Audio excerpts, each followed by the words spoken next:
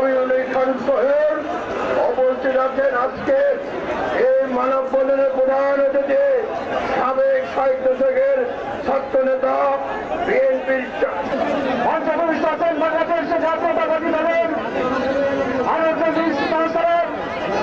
আন্দোলনের সংগ্রামের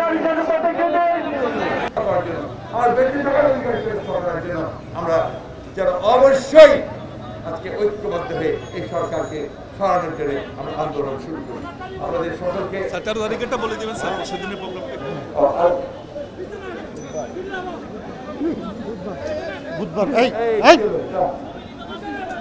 আমাদের আগামী 13 তারিখে বুধবার সমাবেশের প্রোগ্রাম আছে, মানববন্ধনের প্রোগ্রাম আছে সারা দেশে।